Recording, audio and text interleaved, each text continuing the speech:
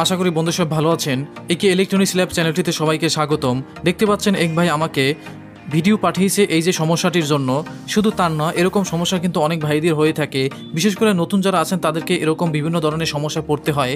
সবগুলো নিয়ে বিস্তারিত আলোচনা করব। এরকম দেখতে পাচ্ছেন দুইটি ভিডিও আমার সামনে। একটি হলো ছবি চলাকালীন কিন্তু আমাদের জাম্পিং হয়, আরেকটি হলো ফুল স্ক্রিন আছে কিন্তু ভার্টিক্যাল রেখার মতো পড়ে আছে।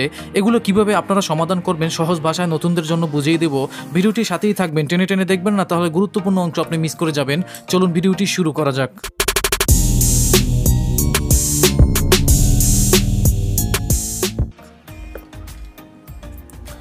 ফিরে আসলাম মূল ভিডিওটির অংশে। প্রথমে আমরা আলোচনা করব যে জাম্পিং সমস্যাটা কেন হয়। যদিও ভিডিও দুইটা পাঠাইছে ভাই, তো দুইটার জন্য দুইটা ভিডিও করব না, এক একটা আমি দেখাই দিচ্ছি একটা ভিডিওর ভিতরেই। টেনে টেনে দেখবেন না, ইন্টারেস্টিং এবং সবগুলো পার্টগুলো আপনারা দেখার চেষ্টা করবেন। টেনে টেনে দেখবেন না, সবগুলো দেখার চেষ্টা করবেন। দুইটি সমস্যা একসাথে আমি আলোচনা করব। প্রথমে আসেন জাম্পিং সমস্যাটা আমাদের বেশিরভাগই আসে AVL সেকশন দিয়ে, যেটা এই যে হিটার ভোল্টেজ থেকে আসে AVL সেকশন। এই যে দেখতে পাচ্ছেন 3 নম্বরে, এখানে কিন্তু আমাদের কত ভোল্টেজ থাকে আমি প্রথমে আলোচনা করব, এরপর ভোল্টেজগুলো মেপে আপনাদেরকে দেখাবো। এখানে আমাদের কিন্তু 4 ভোল্টের মতো আসে হিটার ভোল্টেজ, যেটা আমাদের এখানে দেখেন একটি রেজিস্ট্যান্স হয়ে এখানে আমাদের কিন্তু বেজে চলে গেছে হিটার ভোল্টেজ, যেটার মাধ্যমে আমরা কিন্তু আলো দেখতে পাই। তো এরপর আছে দেখেন এখানে আমাদের এই যে হিটার ভোল্টেজ দিয়ে কিন্তু আবারও একটি 1.5K একটি রেজিস্ট্যান্সের মাধ্যমে এখান থেকে কিন্তু আমাদের এই যে 4 ভোল্টারে এখান থেকে আমাদের এখানে 1.5 ভোল্টের মতো কিন্তু এখানে আসছে। এই যে দেখেন এখানে এসে কিন্তু আমাদের এই যে এখানে বেশিরভাগই কিন্তু আমাদের এই দুইটা জায়গায় সমস্যা হয়ে থাকে। এই যে দেখেন দুইটা পার্টসে কিন্তু আমাদের বেশি সমস্যা হয়ে থাকে। আমি কিন্তু পরে দেখাবো ওই পিডে আমরা পার্টস দেখানোর চেষ্টা করব, যদি লাইনে দেওয়া আছে এখন বর্তমানে। এখানে কিন্তু আমাদের PF আছে। এই PFটা যদি আমাদের কোনো জং পড়া থাকে বা একটি পা যদি লিকেজ থাকে আর এই পার্টসটা যদি পুড়ে যায়, তাহলে কিন্তু আমাদের ছবিটি কিন্তু ওইরকম আপ ডাউন করতে পারে, জাম্পিং করতে পারে। এর পাশেই কিন্তু একটি জেনার ডায়েট রয়েছে, দেখতে পাচ্ছেন। তো এটা পরে দেখাচ্ছি। এই দুইটি সমস্যার জন্য কিন্তু আমাদের ছবি কিন্তু আপ ডাউন করতে পারে। অনেক সময় আপনারা কিন্তু বলতে থাকেন যে আমার কিন্তু স্ক্রিনে কোনো ছবি নেই, কিন্তু যখন আমরা মেনু বাটন চাপ দিই তখন কিন্তু মেনু দেখায় বাট ছবি দেখে না।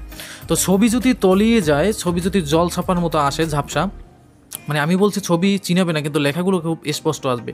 আর যেটা লেখাগুলো স্পষ্ট আসবে, ছবি আসবে না, সেটা কিন্তু এই AVL সেকশন থেকেই হয়। আর যেটা লেখাও ঝাপসা আসবে এবং ছবি ঝাপসা আসবে, সেটা তো বেস চেঞ্জ করতে হয়, সেটা তো আপনারা জানেন। তো যদি আমাদের লেখা থাকে আর যদি গ্রাফিক্স না থাকে মানে ভিডিও, তাহলে আপনারা এই যে ভোল্টেজ এসে এখানে আপনারা যে PFটা আছে PFটা চেক করবেন, আর এখানে একটি আমাদের জেনারেটর সেটা চেক করবেন। এরপর এর সিগন্যালটা আমাদের জঙ্গলে যায় কিনা।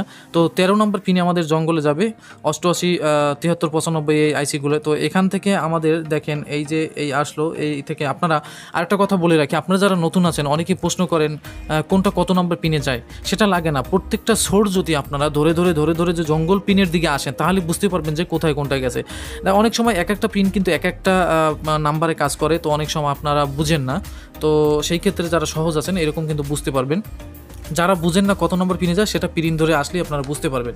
তো এখানে কিন্তু এই যে দেখেন এই যে 10 নম্বর পিন, 11, 12, এই 13 নম্বর পিনে আমাদের কিন্তু এখানে 1.5 ভোল্ট কিন্তু জঙ্গলে আসছে।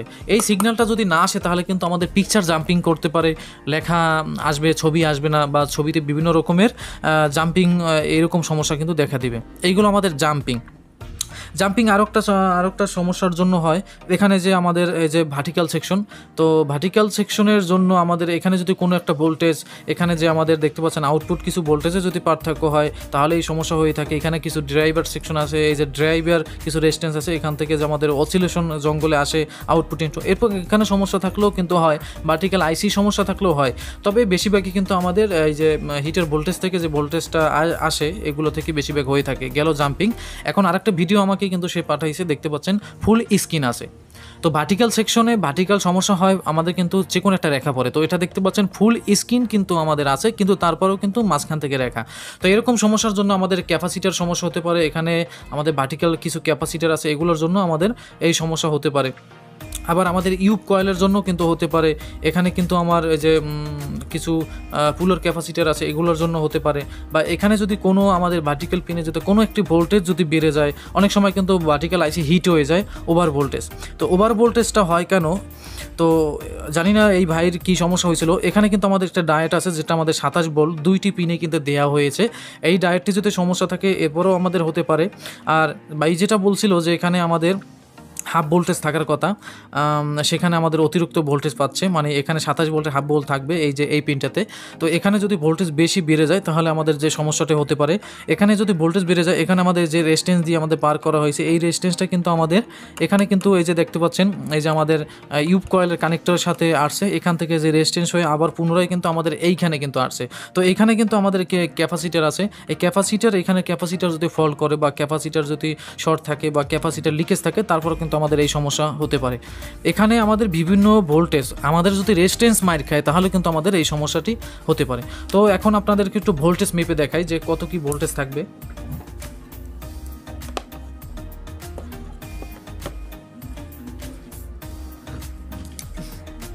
তো আমি কালেকশনটি দিলাম ভিউয়ার্স। তো এখন আপনাদেরকে মেপে দেখাই, মিটার দিকে আপনারা ফলো করেন। এখানে আমাদের হিটার ভোল্টেজ থাকবে, এখানে আমরা এসি ভোল্টেজ এসি করে নেবেন, দেখতে পাচ্ছেন 4.23 ভোল্টেজ কিন্তু এখানে আসছে। এখানে কিন্তু আমাদের রেজিস্ট্যান্স হয়ে এই যে দেখেন এখানে কিন্তু আসবে, এই যে এখানে একটি দেখেন পিএফ ক্যাপাসিটার আছে এবং একটা ডায়েট আছে, এই ভোল্টেজটাই কিন্তু আমাদের জঙ্গলের দিকে চলে গেছে। জঙ্গলের দিকে এই যে 10, 11, 12, 13 নম্বর পিনে আমাদের কিন্তু ভোল্টেজটা এখানে আসবে।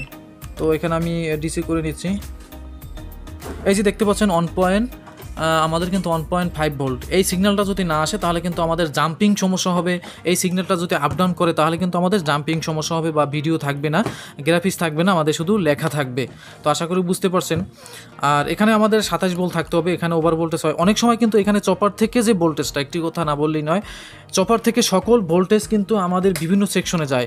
চপার থেকে এই যে দেখেন 4টি ডায়েট হয়ে এখানে 110 ভোল্ট, 27 ভোল্ট, 11 ভোল্ট সাউন্ড সেকশনে যায় এবং 15 ভোল্ট। এইগুলোর ডায়েট যদি খারাপ থাকে, মানে খারাপ না, মানে ভালো ভ্যালু যদি নষ্ট থাকে, মানে একদম ভালো না আবার খারাপ না, এরকম যদি হয় তাহলে আমাদের ডায়েটের জন্য ওভার ভোল্টেজ দিতে পারে, মানে একুরেট ভোল্টেজ দেবে না যদি ডায়েট খারাপ থাকে। ডায়েট একরকম শর্ট হয়, আবার কিন্তু ডায়েট কিন্তু আমাদের ভ্যালু নষ্ট হয়ে যায়।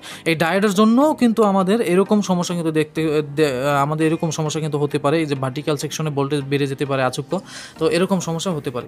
তো আশা করি আপনারা বুঝতে পারছেন। আর আপনাদের যাদের মতামত আছে বা আপনারা বিভিন্ন ধরনের ভিডিও চান সেগুলো আমাকে ইমোতে, হোয়াটসঅ্যাপে, টেলিগ্রামে বা ফেসবুক পেজে আপনারা পাঠাতে পারেন, সেগুলো নিয়ে ভিডিও দেওয়া হবে। তো প্রত্যেকের কমেন্ট করবেন, কমেন্ট অনুসারে প্রত্যেকে যে কমেন্ট করবেন সেই অনুসারে ভিডিও দেওয়া হবে। তো ভিডিওটি যদি ভালো লাগে অবশ্যই লাইক কমেন্ট করতে ভুলবেন না। আর বেশি বেশি আমাকে উৎসাহ করুন, যত বেশি উৎসাহ দিবেন তত বেশি ভিডিও পাবেন। তো প্রচুর ধরনের ভিডিও আছে, সময়বাগর ভিডিও দিতে পারি না, তো আপনারা বেশি বেশি আমাকে উৎসাহিত করুন। আজকে এই পর্যন্ত কষ্ট করে ভিডিওটি দেখার জন্য অসংখ্য ধন্যবাদ। দেখতে পাচ্ছেন আমার সামনে বলা যায় টিভির হসপিটাল, এমন কোনো টিভি নেই যে আমার সামনে না আছে।